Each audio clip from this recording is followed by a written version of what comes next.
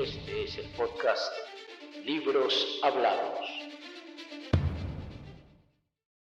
Bienvenidos al episodio número 29 de Libros Hablados.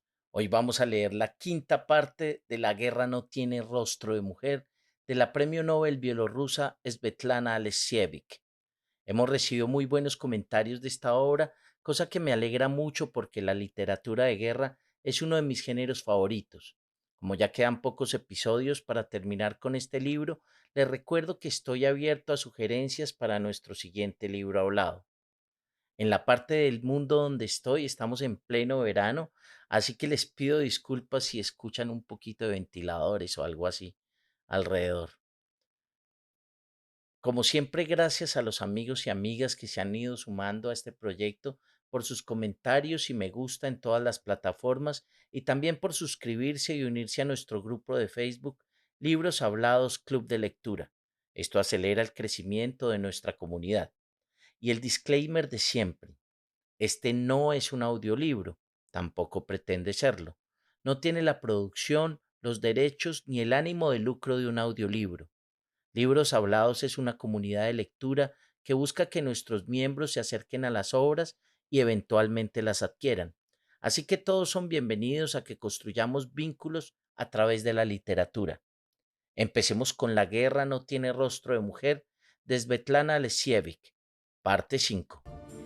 Расцветали яблони и груши, поплыли туманы над рекой. Выходила на берег Катюша, на высокий берег на крутой. Выходила на берег Катюша, на высокий берег на крутой. Nos condecoraban con unas medallas pequeñas. Por la mañana reviso mi buzón. Mi correo personal cada vez se parece más al correo de una oficina de reclutamiento o de un museo de historia. Le saludan las pilotos del Regimiento de Aviación Marina Raskova. O le escribo de parte de las mujeres partisanas del grupo Sheleshniak. O le felicitan las integrantes del grupo antifascista clandestino de Minsk y le desean muchos éxitos en su trabajo. O le escriben las soldados de la unidad de higiene y lavandería. Durante mi búsqueda solo me he encontrado con unos pocos rechazos exasperados. No, es una pesadilla. No puedo, no hablaré. O no quiero recordar, no quiero. Olvidarlo me llevó mucho tiempo. Recuerdo en concreto una carta sin dirección del remitente. Mi marido, caballero de la Orden de la Gloria, fue condenado a 10 años de trabajos forzados después de la guerra. Así era como la patria recibía a sus héroes, a los vencedores. Lo único que hizo fue escribir a su compañero de universidad y contarle que le costaba sentirse orgulloso de nuestra victoria. Habíamos abarrotado de cadáveres nuestro terreno y el ajeno. Lo habíamos bañado en sangre.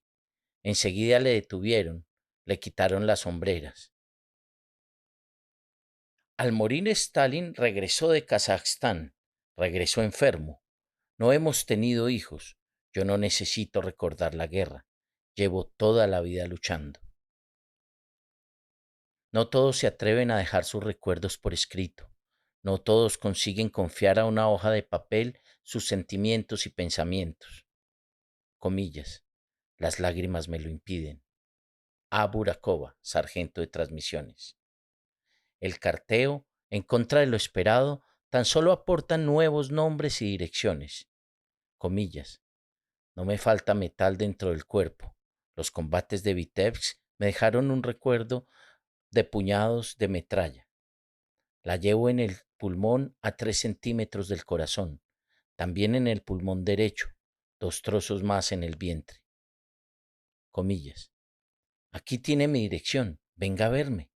No puedo continuar escribiendo, las lágrimas me impiden ver el papel. V. Gromovna, técnica sanitaria. Comillas. No tengo grandes condecoraciones, tan solo unas medallas. No sé si mi vida le parecerá interesante, pero me gustaría contársela a alguien. Fedorovna, soldado de transmisiones, comillas. Mi marido y yo vivíamos en la región del Extremo Oriente, en la ciudad de Magadán. Mi marido era conductor, yo controladora. Nada más empezar la guerra, los dos solicitamos que nos enviasen al frente. Nos contestaron, seguid trabajando allí donde sois necesarios. Entonces enviamos un telegrama dirigido al camarada Stalin en el que hacíamos una aportación de 50.000 rublos. Era mucho dinero, todos nuestros ahorros, para la fabricación de un tanque y decíamos lo mucho que los dos deseábamos ir al frente. Recibimos una carta de agradecimiento firmada por el gobierno. En 1943 nos mandaron a los dos a la Academia Técnica de Carros de Combate de Chelyabinsk, donde terminamos los estudios como externos. Allí mismo nos entregaron el tanque.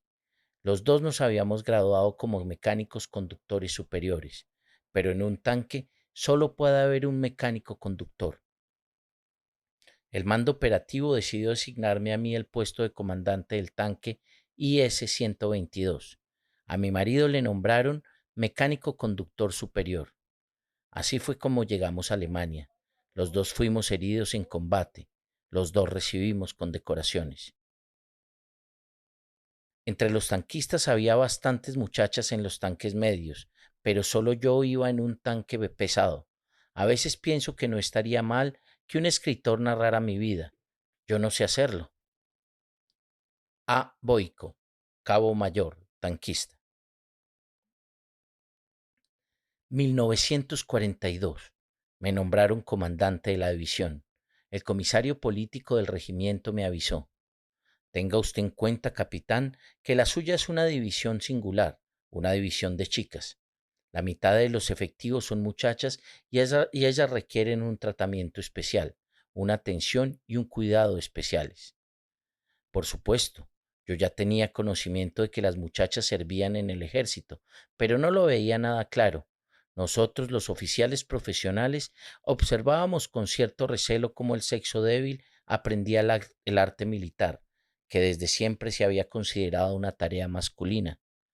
Por poner un ejemplo, una enfermera es algo habitual. Ya habían acreditado su capacidad en la Primera Guerra Mundial y luego durante la Guerra Civil, pero ¿qué iba a hacer una chica en la artillería antiaérea, donde es necesario levantar proyectiles muy pesados? ¿Cómo alojarlas en la batería, donde solo hay una covacha, teniendo en cuenta que las unidades también incluyen hombres? Tendrían que pasarse horas ajustando la trayectoria, observando, y todos los instrumentos son metálicos, los asientos de los cañones son metálicos. Hablamos de chicas, su salud no lo aguantaría. Al fin y al cabo, ¿dónde se lavarían y se secarían el pelo? Surgían un sinfín de preguntas. Era una situación insólita. Comencé a visitar las baterías, a tomar notas. Reconozco que me sentía algo cohibido. La chica con el fusil colocada en su puesto, la chica con los prismáticos en la torre. Yo venía de las posiciones avanzadas, del frente. Las chicas eran tan distintas, tímidas, medrosas, coquetas, aunque también decididas, ardientes. No todo el mundo es capaz de someterse a la disciplina militar y la naturaleza femenina se opone al régimen del ejército. Un día una olvidaba lo que se le había ordenado. Al día siguiente, otra recibía una carta de su casa y se pasaba toda la mañana llorando. Yo les aplicaba el castigo correspondiente, pero luego lo suspendía. Me daban pena. Pensaba, estoy perdido. No obstante, pronto tuve que descartar todas mis dudas. Las muchachas se convirtieron en auténticos soldados. Con ellas recorrimos un duro camino. Venga a verme. Tendremos una larga conversación. I.A. Levitsky, excomandante de la Quinta División del Regimiento de Artillería Antiaérea número 784. Las direcciones están esparcidas por todo el país.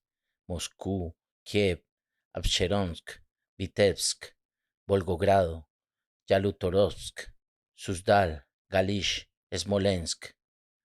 ¿Cómo abarcarlas todas? El país es enorme. Me ayuda la ocasión propicia. Inesperadamente recibo una sugerencia. El cartero me trae una invitación de parte de los veteranos combatientes del 65º ejército del general Pei Batov. Comillas. Tenemos la costumbre de reunirnos el 16 y 17 de mayo en Moscú, en la Plaza Roja. Es una tradición y un rito.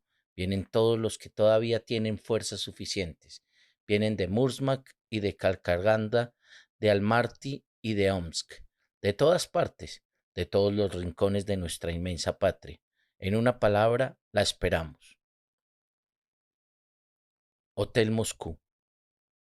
Estamos en mayo, el mes de la victoria. A mi alrededor, la gente se abraza, llora y hace fotos. Las flores aplastadas contra el pecho se mezclan con las condecoraciones. Me sumerjo en ese torrente que me abraza y me arrastra, me domina y pronto me encuentro en un mundo casi desconocido, en una isla desconocida. Estoy rodeada de personas, algunas las conoceré y a otras no, pero tengo clara una cosa, quiero a esa gente. Habitualmente se pierden entre nosotros y pasan desapercibidos porque ya se marchan. Su número cada vez es más reducido, cada vez hay más de nosotros y menos de ellos, pero una vez al año se reúnen para volver, aunque sea solo por un instante, a su tiempo. Su tiempo son sus recuerdos. En la séptima planta, en la habitación 52, está reunido el hospital número 5257. Alexandra Ivanovna Zaitsevsa, la médico militar capitana, encabeza la mesa. Se alegra de verme y con mucho gusto me presenta a las demás, como si nos conociéramos desde hace mucho tiempo. Sin embargo, yo he llamado a esta puerta casi por casualidad, un poco a ciegas. Apunto. Galina Ivanovna Sazonova, cirujana. Elisaveta Mikhailovna Ainsentey, médico. Valentina Vasilievna Likina, enfermera quirúrgica. Ana Ignatieva Gorelik, enfermera jefe de quirófano. Enfermeras Nadeshka Fyodorovna Potusnaya, Klavia Prohobovna Borudlia, Elena Pavlovna Yakovlevna, Angelina Nikolayeva Timofeyeva, Sofía Kalamdinovna Montrenko, Tamara Steva Morovska, Sofía Filomovna Semeytuk, Larisa Tijonovna Deikun. Sobre las muñecas y los fusiles. Ay, nenas, qué puñetera fue esa guerra, vista con nuestros ojos, con ojos de mujer, es horrenda. Por eso no nos preguntan. ¿Os acordáis, chicas? Íbamos en los vagones de mercancías. Los soldados se burlaban de cómo sujetábamos los fusiles. No lo hacíamos de la manera en que se suele sostener un arma, sino... Ya no soy capaz de reproducirlo. Igual que cogíamos a nuestras muñecas. La gente llorando, lanzando gritos. Oí la palabra, guerra, y pensé, ¿qué guerra si mañana tengo un examen? El examen era lo más importante. ¿Qué guerra? En una semana empezaron los bombardeos y ya estábamos salvando a la gente. En una época así, 3 años en la Facultad de Medicina ya eran mucho, aunque los primeros días vi tanta sangre que me entró miedo. Me cachis con la casi médico, y eso que saqué la nota máxima de las prácticas, pero el comportamiento de la gente era extraordinario. Eso inspiraba. Chicas, no sé si os lo he contado.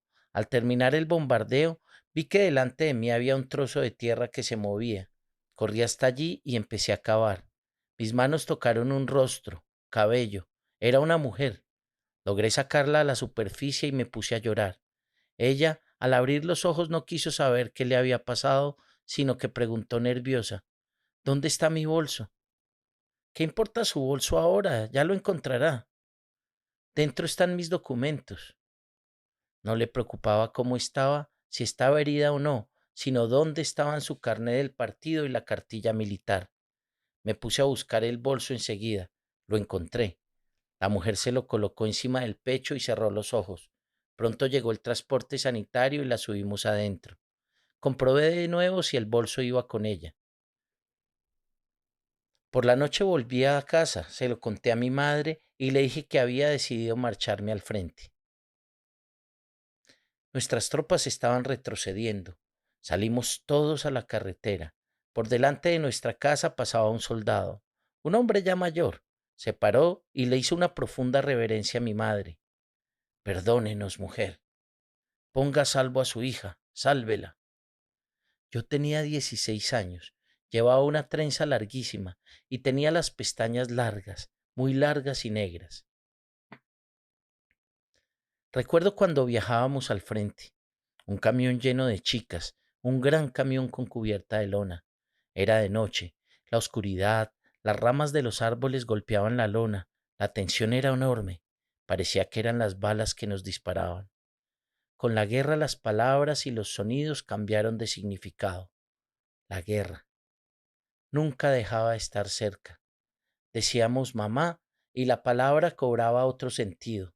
Decíamos casa y el sentido también era otro.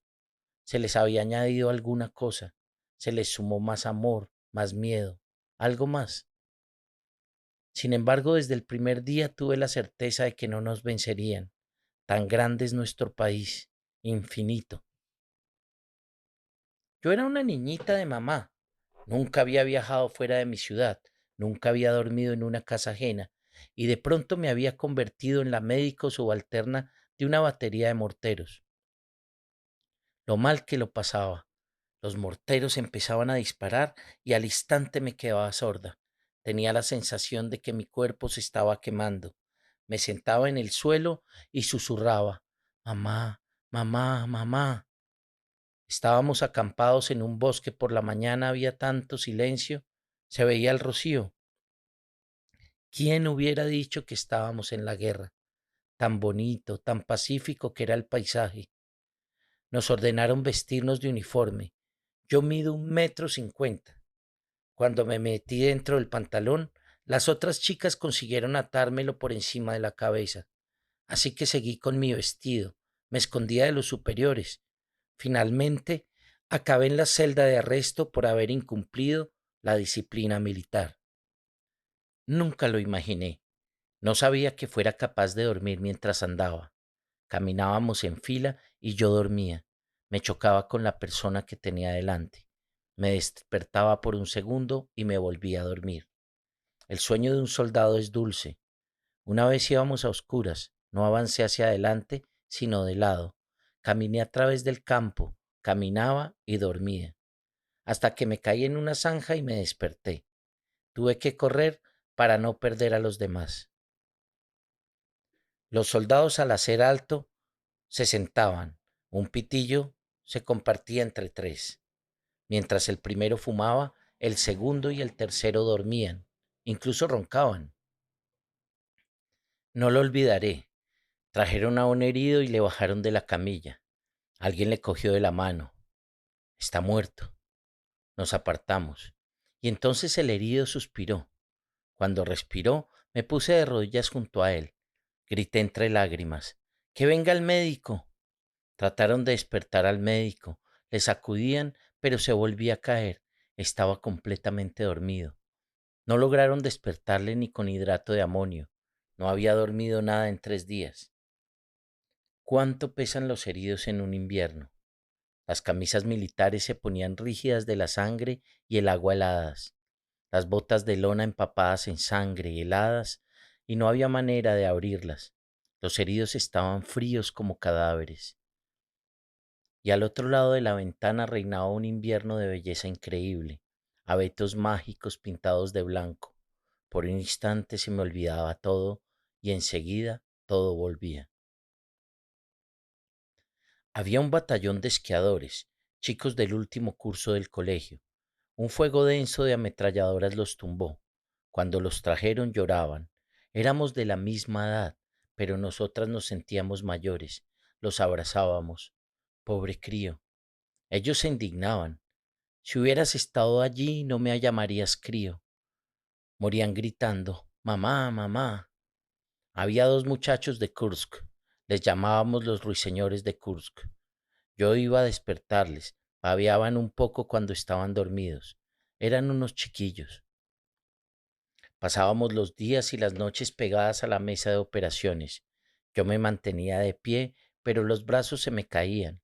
En ocasiones acababa con la cabeza hundida literalmente en el paciente.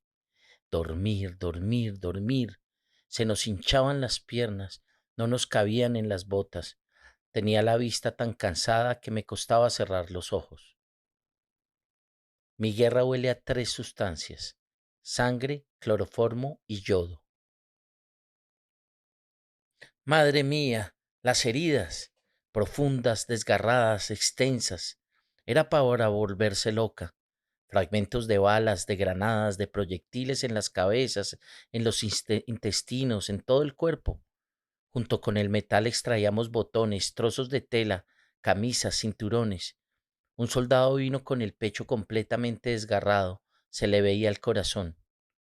Todavía latía, pero el hombre se estaba muriendo. Le practiqué el último vendaje y apenas me dominaba para no romper a llorar. Deseaba acabar cuanto antes, esconderme en un rincón y llorar. De pronto me dijo: «Gracias, hermana», y me tendió la mano con algo pequeño y de metal. A duras penas lo entreví, el sable y el fusil cruzados. «¿Para qué me lo das?», pregunté. Mi madre me dijo que este medallón me protegería. Yo no lo necesitaré más. A lo mejor a ti te da más suerte, dijo, y se puso de cara a la pared. Al final de la jornada, por la noche, teníamos sangre en el pelo, traspasaba las batas y llegaba al cuerpo, empapaba los gorros y las mascarillas, negra, viscosa, mezclada con todo lo que hay dentro de un ser vivo, con orina, con excrementos. A veces uno de los pacientes me llamaba: «Enfermera, me duele la pierna», y no tenía esa pierna. Lo que más terror me daba era transportar a los muertos. Si una corriente de aire levantaba la sábana, parecía que te estuvieran mirando. Yo era incapaz de llevarlos si tenían los ojos abiertos. Siempre procuraba cerrarles los ojos. Trajeron a un herido. Estaba tumbado en la camilla. El vendaje le cubría casi por completo. Había recibido una herida en la cabeza y se le veía muy poco la cara. Un poquito. Por lo visto, le recordé a alguien. Se dirigió a mí. «Larisa, Larisa, Larisa». Supongo que se trataba de la chica a la que quería, y yo me llamaba justo así, pero yo sabía que jamás me había cruzado con ese hombre, pero me llamaba a mí. Me acerqué, no comprendía lo que ocurría, intentaba aclararme. «¿Has venido? ¿Has venido?». Cogí su mano, me incliné hacia él. «Sabía que vendrías». Me susurraba algo, yo no entendía qué decía. Me cuesta contarlo. Cada vez que me acuerdo de aquel momento, los ojos se me llenan de lágrimas. Cuando me marché al frente, dijo: «No tuve tiempo de darte un beso. Bésame». Le besé. Se le escapó una lágrima que se escurrió hacia el vendaje y desapareció. Y ya está. Murió. Sobre la muerte y la sorpresa ante la muerte. La gente no quería morir. Nosotras respondimos a cada gemido y a cada grito. Una vez un herido, al sentir que se moría, me agarró así, por el hombro, me abrazó y no me soltaba. Él creía que si alguien estaba a su lado, si la enfermera estaba con él, la vida no se le iría. Pedía: «5 minutos más, 2 minutos más de vida». Unos morían sigilosamente sin hacer ruido, otros gritaban: «No quiero morir», soltaban palabrotas: «La madre que te...». Uno de repente se puso a cantar, entonó una canción moldava. La persona muere, pero no piensa, no puede creer que se está muriendo. Aún así, yo veía cómo desde debajo del pelo se expandía un color amarillo, amarillo intenso, como una especie de sombra. Primero le cubría el rostro y luego iba bajando. Se quedaba allí muerto y su rostro expresaba la sorpresa, como si aún se preguntara: «¿Cómo es posible que yo me muera?». ¿De verdad estoy muerto? Mientras te podían oír, hasta el último momento yo les decía que no, que de ningún modo, que no se iban a morir. Les besaba, les abrazaba. ¿Qué dices? Ya estaban muertos, la mirada clavada en el techo, pero yo seguía susurrándoles cosas, les tranquilizaba.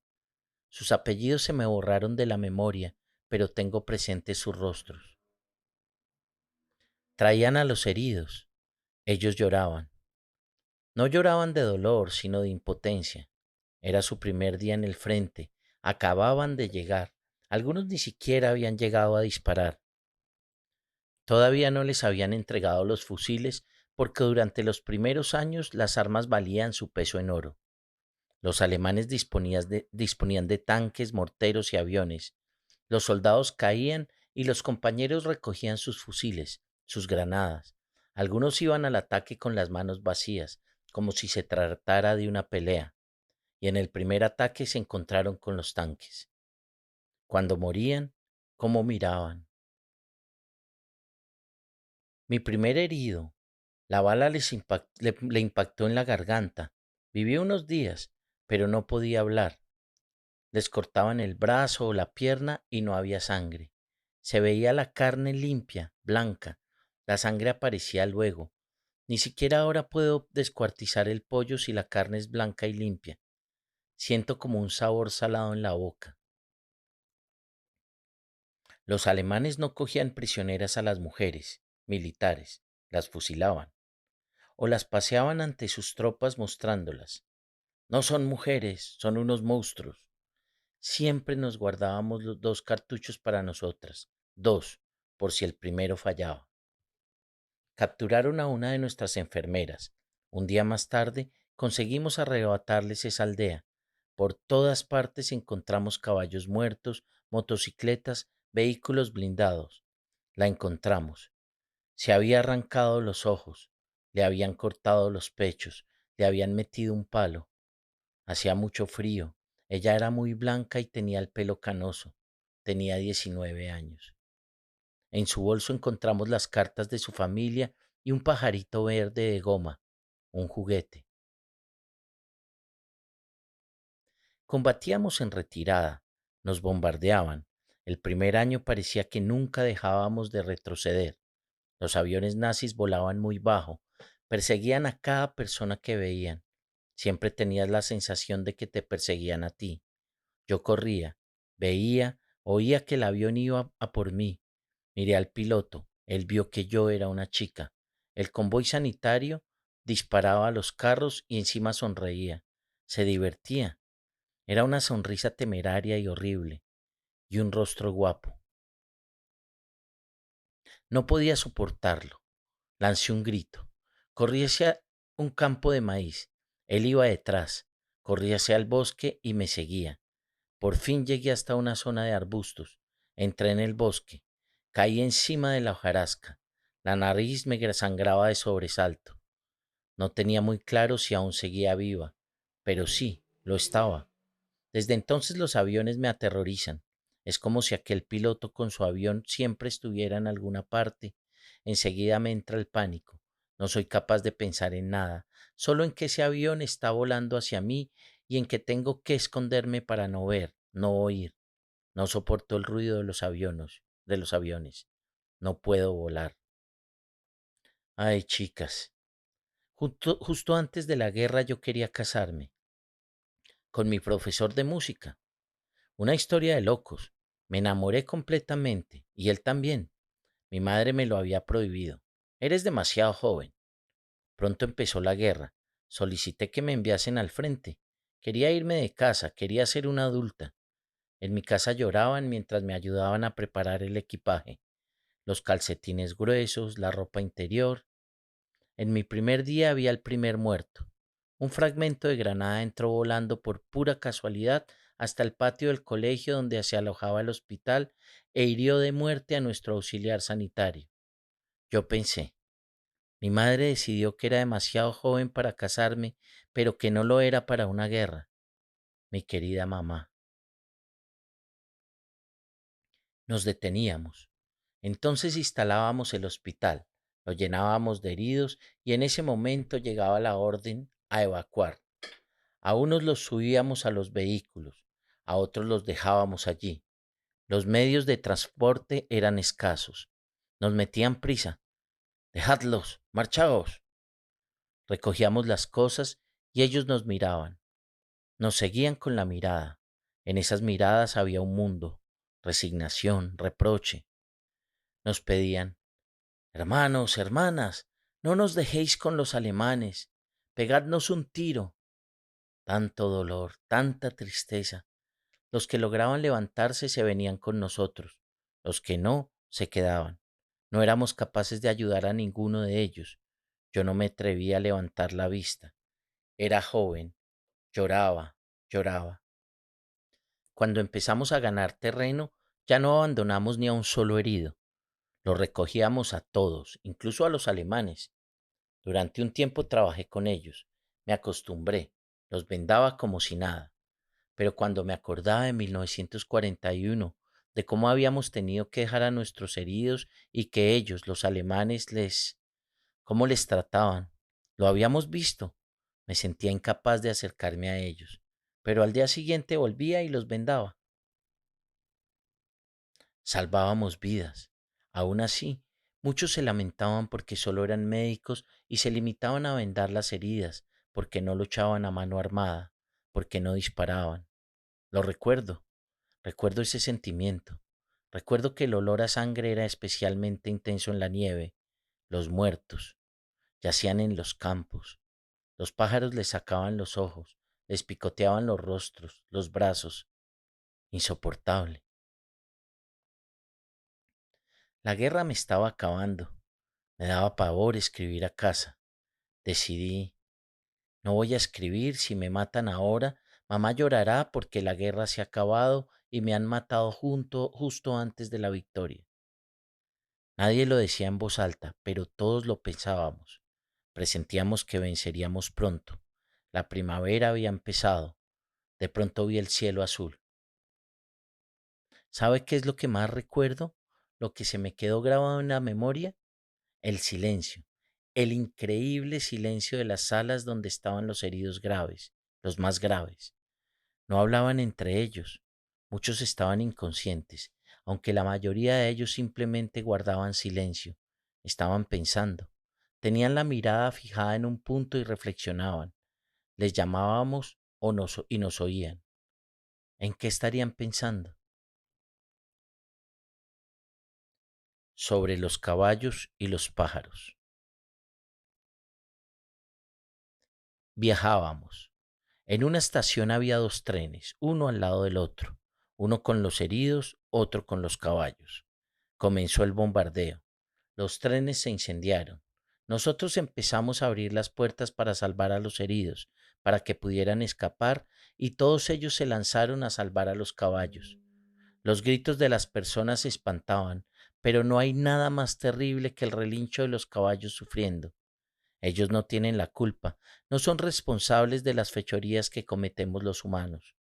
Ninguno corrió a esconderse en el bosque, todos trataron de salvar a los caballos, todos los que eran capaces, todos. Quiero decir, quiero decir que los aviones alemanes volaban muy cerca, muy bajo, mucho. Después estuve pensando, los pilotos alemanes debían verlo. ¿Será posible que no tuviesen vergüenza? ¿En qué estaban pensando? Me acuerdo de... Entramos en un pueblo. Los cadáveres de los partisanos yacían desde donde comenzaba el bosque. No soy capaz de relatar cómo les habían torturado. Mi corazón reventaría. Les habían cortado a trozos. Les habían sacado las entrañas como a los cerdos. Estaban allí tirados. Muy cerca pastaban los caballos.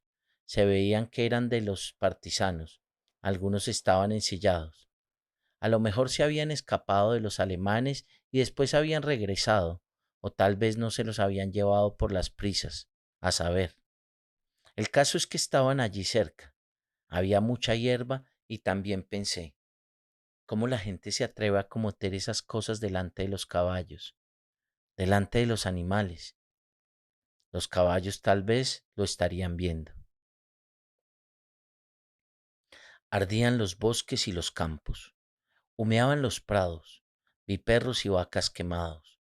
Un olor insólito, desconocido. Vi los barriles con los tomates y las coles quemados. Ardían los pájaros, los caballos, todo. Las carreteras estaban llenas de objetos negros quemados. Había que acostumbrarse a ese olor. Comprendí entonces que cualquier cosa puede arder, incluso la sangre. Durante un bombardeo se nos acercó una cabra. Se acercó hasta el lugar donde nos escondíamos y se tumbó. Simplemente se tumbó a nuestro lado y balaba. Dejaron de bombardear. La cabra nos siguió. No se apartaba de la gente. Era otro ser vivo asustado. Llegamos a un pueblo y allí se la ofrecimos a una mujer. Quédesela. Nos da mucha pena. Queríamos salvar a la cabra. En la sala del hospital donde yo trabajaba había dos heridos. Eran un alemán y un tanquista de los nuestros con quemaduras. Fui a verlos. ¿Cómo se encuentra? Yo bien, dijo el tanquista, pero este está sufriendo. Es un nazi. Ya, pero yo estoy bien y él sufre. Ya no eran enemigos, eran personas. Tan solo dos hombres malheridos en la misma habitación. Entre ellos surgió una relación humana. Tuve oportunidad de observar en más de una ocasión que eso ocurría muy rápido. Sí, cierto, ¿os acordáis? En el otoño tardío volaban los pájaros, unas bandadas largas, muy largas, y la artillería, la nuestra y la alemana, disparando, y los pájaros volaban. ¿Cómo avisarles? ¿Cómo advertirles? No voléis por aquí, están disparando. ¿Cómo? Los pájaros caían al suelo. Una vez nos trajeron a unos alemanes para que les cambiáramos el vendaje. Eran oficiales de las SS. Vino a verme el auxiliar de enfermería. ¿Qué hacemos? ¿Desgarramos o hacemos el vendaje correcto?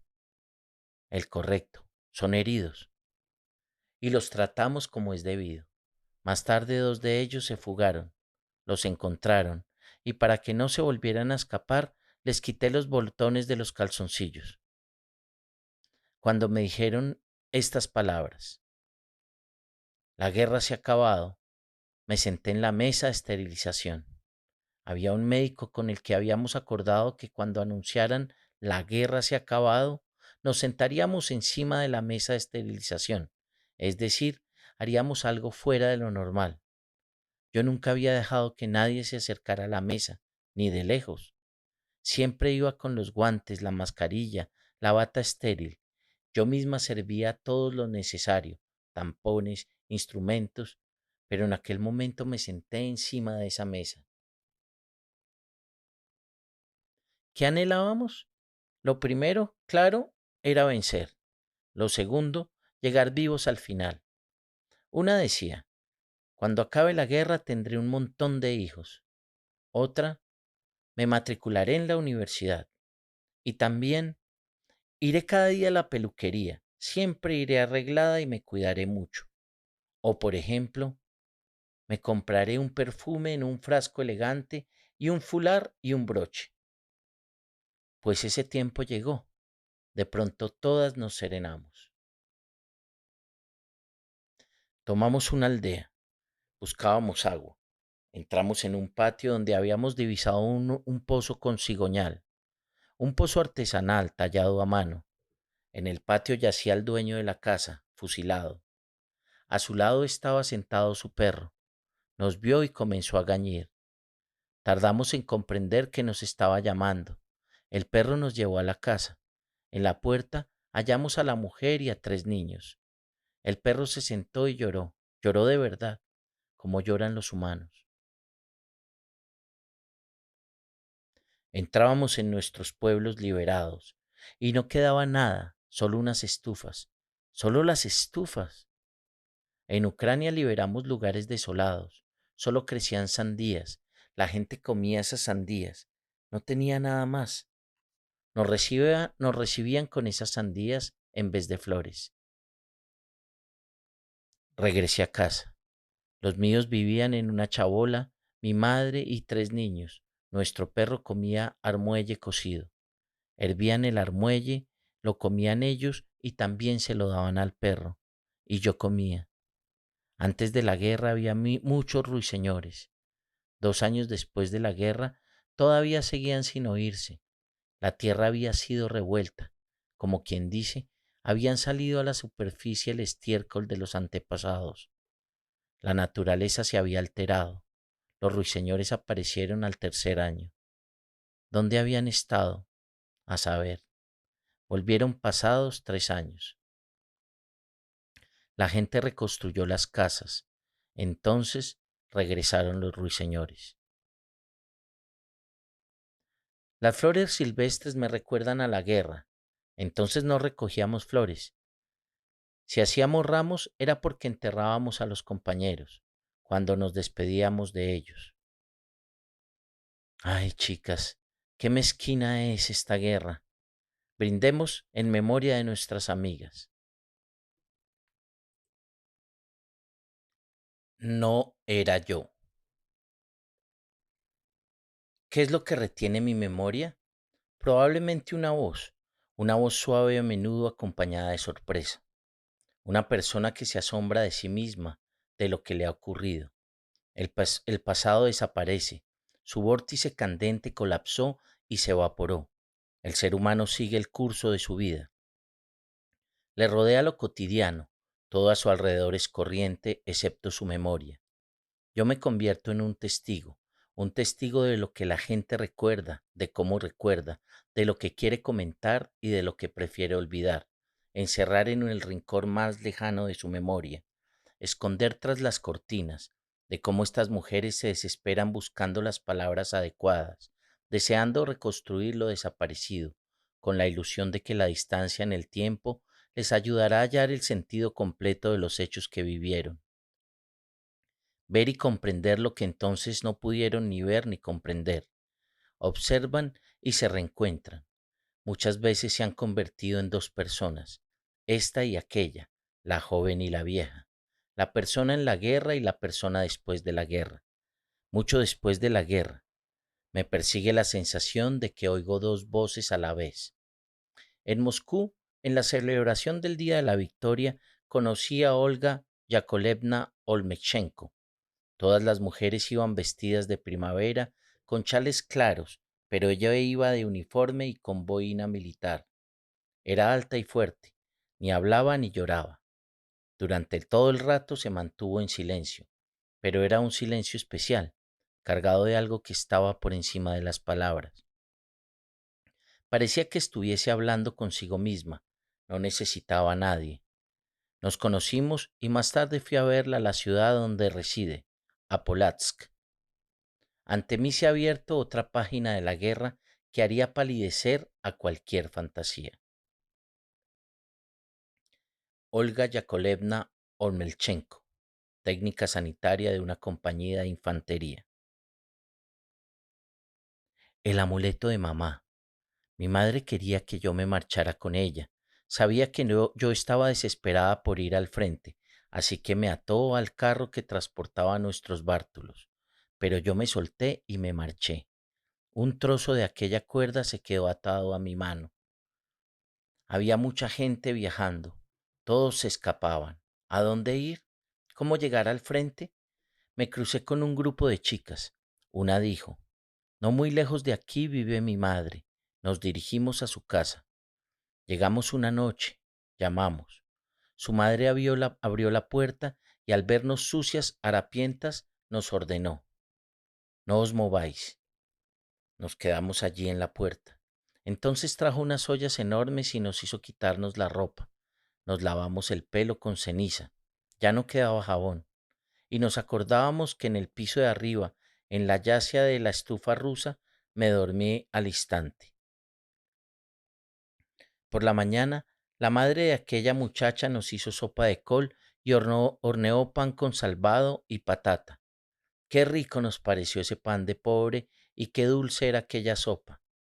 Nos quedamos allí 4 días. Ella nos daba de comer para que nos recuperásemos. Nos daba la comida poco a poco, en raciones pequeñas. Temía que si comíamos demasiado moriríamos. Al quinto día nos dijo, marchaos. Antes había venido una vecina. Nosotras estábamos en la yacieja escondidas.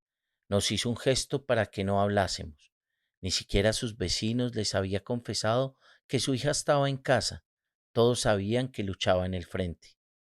Era su única hija, pero cuando ésta abandonó las armas y regresó a casa a hurtadillas, ella, la madre, no tuvo lástima, no pudo perdonar la deshonra. Nos despertó en mitad de la noche y nos dio unos saquitos con comida. Nos dio un abrazo a cada una de nosotras y nos dijo, marchaos. No intentó retener a su hija. No, la besó y dijo, tu padre está luchando, tú debes hacer lo mismo. Por el camino, esa muchacha me contó que era enfermera, que su unidad había sido rodeada.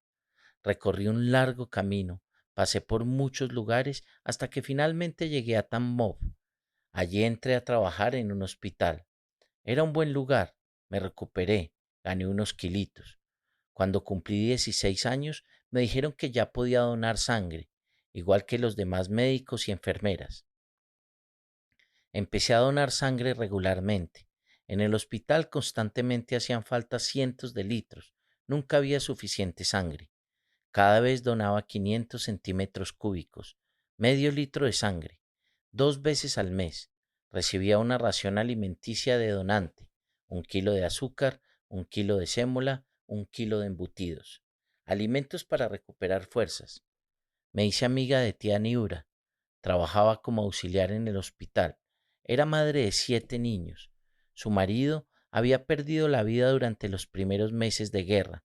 Su hijo mayor, de 11 años, al ir a buscar la comida, perdió la cartilla de racionamiento de toda la familia. Yo les pasaba mi ración de donante. Una vez un médico me propuso, vamos a apuntar tu dirección a ver si se presenta alguien que haya recibido tu sangre. Escribimos mi dirección y enganchamos el papelito a la botella. Pasado un tiempo, como un par de meses más tarde, acabé mi jornada y me fui a la cama. De pronto sentí que me zarandeaban. Levántate, ha venido tu hermano. ¿Qué hermano? Yo no tengo hermanos. Yo vivía en el último piso de la residencia. Bajé las escaleras, le vi. Un teniente joven, apuesto. Le pregunté, ¿quién pregunta por Omelchenko? Él respondió, yo, y mostró la nota que escribimos con el médico. Eso, soy tu hermano de sangre. Me trajo 2 manzanas y un paquetico de bombones. Comprar bombones entonces era imposible. Dios mío, qué ricos estaban aquellos bombones. Fui a ver al jefe del hospital. Ha venido mi hermano. Me dieron permiso. Él me invitó. Vamos al teatro. Nunca antes había estado en un teatro. Qué ilusión me hizo. Y además iba con un chico. Era guapo, oficial. Se iba en unos días. Le enviaban al frente Voronezh. Cuando vino a despedirse, abrí la ventana y le saludé. No me dieron permiso. Justo acababan de ingresar muchos heridos. Nunca me había escrito nadie. No tenía ni idea de lo que era recibir una carta. De repente me entregaron un triángulo de papel plegado. Lo abrí y leí. Su amigo, comandante de la sección de ametralladores. Murió como un héroe. Era él, mi hermano de sangre. Era huérfano, y por lo visto la única dirección que llevaba encima era la mía, mi dirección. Cuando se marchó, me pidió que no cambiara de hospital. Así, después de la guerra le sería más fácil localizarme. En la guerra, decía, la gente se pierde fácilmente. Y al cabo de un mes recibí esa carta sobre su muerte. Sentí tanto miedo. El corazón se me paró. Decidí que pondría todas mis fuerzas en ir al frente y vengar mi sangre. Yo sabía que en algún lugar se había derramado mi sangre. Irse al frente no era sencillo. Escribí 3 solicitudes a nombre del jefe del hospital. Con la cuarta exigí que me recibiera. Si no me da su permiso, me escaparé. Bueno, si te pones así, te prepararé los papeles. Lo más espantoso, por supuesto, es el primer combate, simplemente porque aún no sabes nada. El cielo tronaba, la tierra tronaba, el corazón reventaba, la piel parecía a punto de romperse. No sabía que la tierra pudiera crujir. Todo crujía, todo tronaba. Se tambaleaba, toda la tierra. No podía, no sabía cómo aguantarlo. Creí que no lo aguantaría. El miedo era tan fuerte que hice lo siguiente. Para no acobardarme, saqué mi carnet del Komsomol, lo mojé en la sangre de un herido y me lo guardé en el bolsillo cerca del corazón. Así me juré a mí misma que resistiría. Lo más importante era no ceder ante el miedo. Si me rendía en el primer combate sería el fin. Me retirarían de la línea de batalla, acabaría en el batallón sanitario, y yo lo único que quería era estar en primera línea. Quería ver un día la cara de un nazi, cara a cara. Pasamos al ataque. Caminábamos por un campo de hierba muy alta. Hacía años que nadie había sembrado nada allí. A duras penas podíamos caminar. Fue durante los combates de la batalla de Kursk. Cuando acabó el combate, el jefe del Estado Mayor me mandó llamar. Me recibió en una choza destruida, vacía. Solo había una silla y el comandante. Hizo que me sentara en esa silla. Te veo y me pregunto, ¿qué te ha empujado hasta este infierno? Te matarán como si fueras una mosca. Es la guerra, pura carnicería. Te voy a trasladar a servicios sanitarios, ¿vale? Si te matan, te matan. Pero si pierdes la vista, los brazos, ¿lo has pensado? Le contesté. Camarada coronel, sí, lo he pensado. Solo le pido una cosa, no me mueva de la unidad donde estoy. ¡Fuera! Fue tal el grito que lanzó que me asusté y se dio la vuelta hacia la ventana. Los combates eran encarnizados. Participé en combates cuerpo a cuerpo. Era horroroso. Es inhumano. Las personas se machacan, hinchan las bayonetas, se estrangulan unos a otros. Se rompen los huesos, aullidos, gritos, gemidos y ese crujido, no se olvida. El crujido de los huesos. Se oye como cruje el cráneo, cómo se parte. Hasta para la guerra es demasiado. No hay nada humano en ello. No creeré a nadie que diga que no ha sentido miedo en la guerra. Los alemanes se levantaban y caminaban. Siempre iban con las camisas arremangadas, por encima del codo. En 5 o 10 minutos comenzaba el ataque. El cuerpo trepidaba. Sentía escalofríos, pero esto solo hasta oír el primer disparo. Luego, todo se olvidaba al escuchar la voz de mando. Me levantaba y corría hacia adelante junto con los demás, sin pensar en el miedo. Al día siguiente no podía dormir. El miedo me empapaba. Lo recordaba todo, cada detalle. Me daba cuenta de que me podían haber matado y entonces sí, el miedo era tremendo. Cuando acababa el ataque, era mejor no mirarse a las caras. Las caras son distintas, no son las que suelen tener las personas. No nos podíamos ni mirar entre nosotros, ni siquiera podíamos mirar a los árboles. Se acercaba a los compañeros y oía, me acercaba a los compañeros y oía, vete. No soy capaz de expresarlo. La sensación era que todos estaban fuera de sí. En los ojos de las personas había algo animal. Preferiría no haberlo visto. Ni siquiera ahora puedo creer que saliese con vida. Viva, tal vez herida, con lesiones internas, pero viva. Me cuesta creerlo. Cierro los ojos y los veo otra vez. El proyectil alcanzó el almacén de la munición, se incendió al instante. El soldado que estaba haciendo guardia allí quedó calcinado. Era un trozo de carne negro, saltaba, daba tumbos. Todos le miraban desde las trincheras, pero nadie se movió del sitio. Estaban aturdidos. Yo agarré la sábana y me acerqué corriendo y se la eché por encima al soldado y me lancé sobre él. Le aplasté contra el suelo. El suelo estaba frío, así. Se estuvo zarandeando hasta que el corazón le reventó y se quedó inmóvil. Yo estaba toda cubierta de sangre. Uno de los soldados de más edad se me aproximó, me abrazó. Le oí decir, cuando la guerra acabe, Incluso si esta chica sobrevive, ya no será una persona normal, está acabada. Se refería a que yo era tan joven y estaba en medio de todos aquellos horrores. Yo temblaba como si me hubiera dado un ataque. Me llevaron a la covacha. No me aguantaba de pie. Temblaba como si hubiera recibido una descarga eléctrica, una sensación indescriptible. El combate se reanudó. En la zona de Sepsk, los alemanes nos atacaban 7 u 8 veces al día. Aquel día seguí sacando a los heridos del campo de combate, siempre con sus armas. A rastras alcancé al último. Tenía el brazo completamente partido. Se le aguantaba sujeto por unos pequeños pedazos, ligamentos, bañados en sangre. Había que cortarle el brazo enseguida para ponerle el vendaje. No había otra solución. Y yo no tenía ni cuchillo ni tijeras. Llevaba el bolso colgado del hombro, pero de tanto ir y venir se me habían caído los instrumentos. ¿Qué podía hacer? Corté aquella carne con los dientes.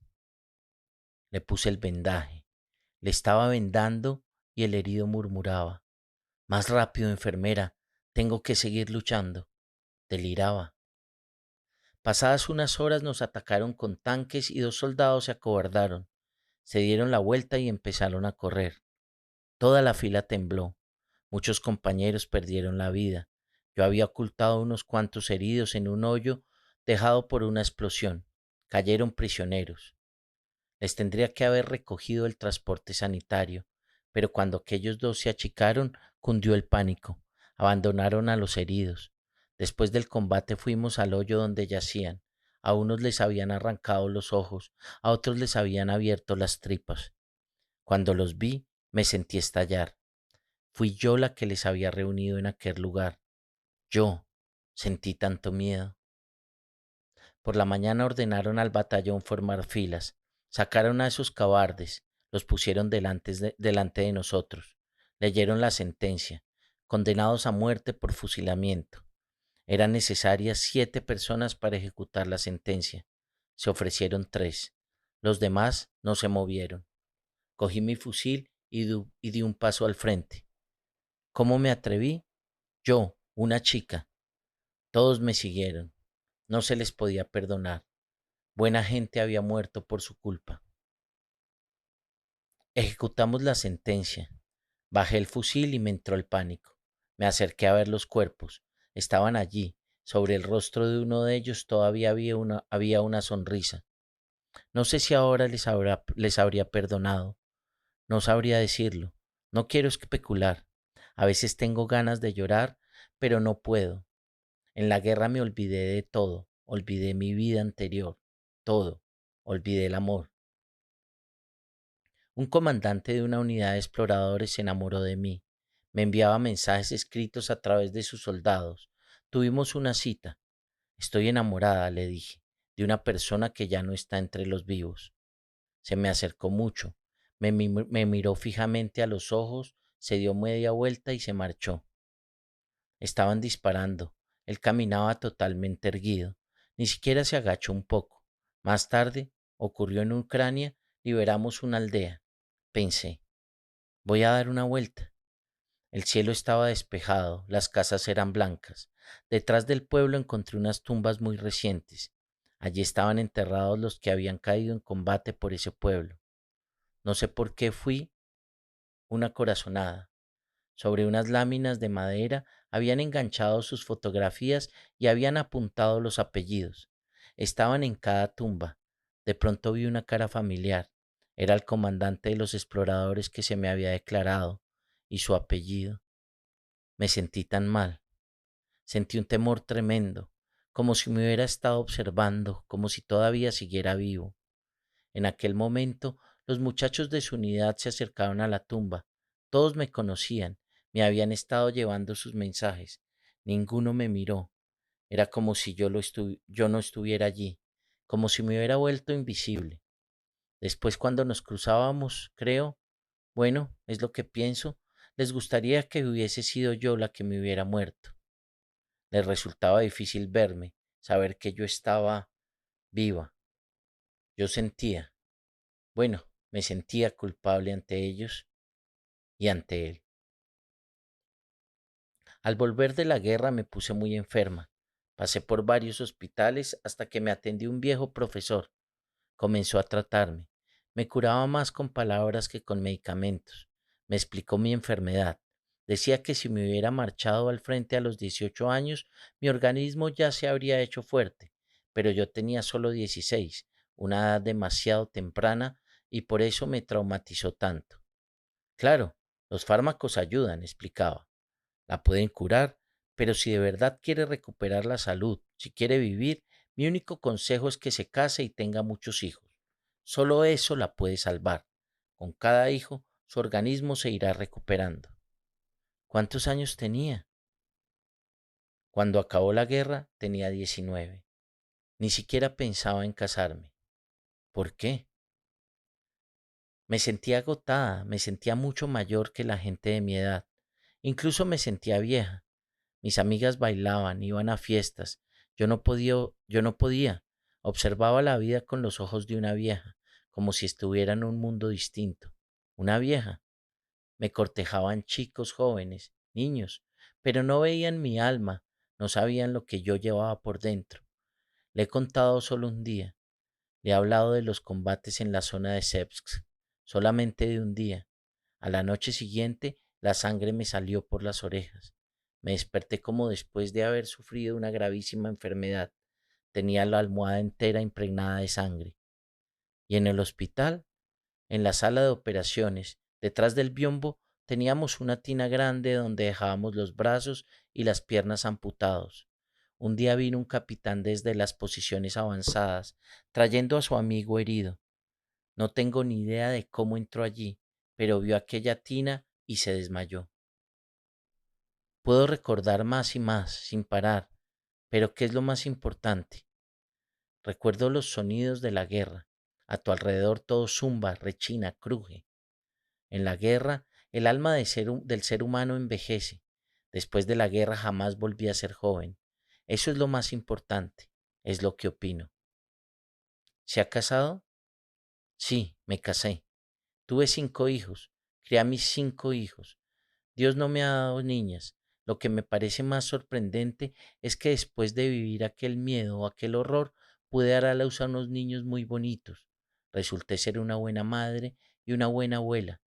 Lo recuerdo y tengo la sensación de que no era yo, sino otra chica. Regresaba a mi casa con 4 cintas, las conversaciones de 2 días, que contenían otra guerra. Mis sentimientos eran diversos, el asombro y el miedo, la perplejidad y la admiración, la curiosidad y el desconocimiento, la ternura. De vuelta en casa, les expliqué algunos episodios a mis amigos. Para mi sorpresa, la reacción de todos ellos fue la misma. Demasiado horror. ¿Cómo lo superó? ¿No se volvió loca? O bien, estamos acostumbrados a leer sobre otra guerra, la que tiene unos límites exactos. Ellos, nosotros. Bien, mal. ¿Qué ha pasado aquí? Pero a todos los vi con los ojos llenos de lágrimas y a todos ellos este relato les hizo reflexionar, probablemente sobre lo mismo que a mí. La humanidad ha vivido miles de guerras. Hace poco leí que en total se habían contabilizado más de 3.000 entre grandes y pequeñas. Sin embargo, la guerra sigue siendo un gran misterio. Nada ha cambiado.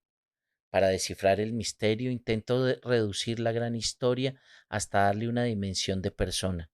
Espero hallar las palabras, porque en este terreno supuestamente reducido y cómodo para la observación, en el espacio de una sola alma humana, todo es aún menos concebible, menos predecible que en la historia. Me encuentro ante las lágrimas vivas, ante los sentimientos vivos, ante un rostro humano real, al que durante la conversación recorren sombras de miedo y de dolor. A veces incluso surge este subversivo pensamiento sobre la escurridiza belleza del sufrimiento. Entonces me asusto de mí misma. El único camino es amar al ser humano, comprenderlo a través del amor. Расцветали яблони, груши, поплыли туманы над рекой. Выходила на берег Катюша, на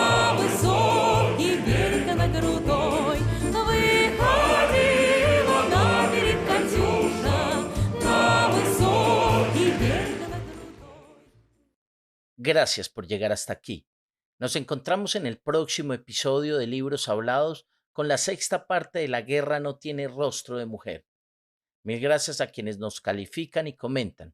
Ya saben que lo pueden hacer en nuestro correo electrónico libroshabladosfp@gmail.com o en la caja de comentarios de la plataforma en donde nos estés escuchando.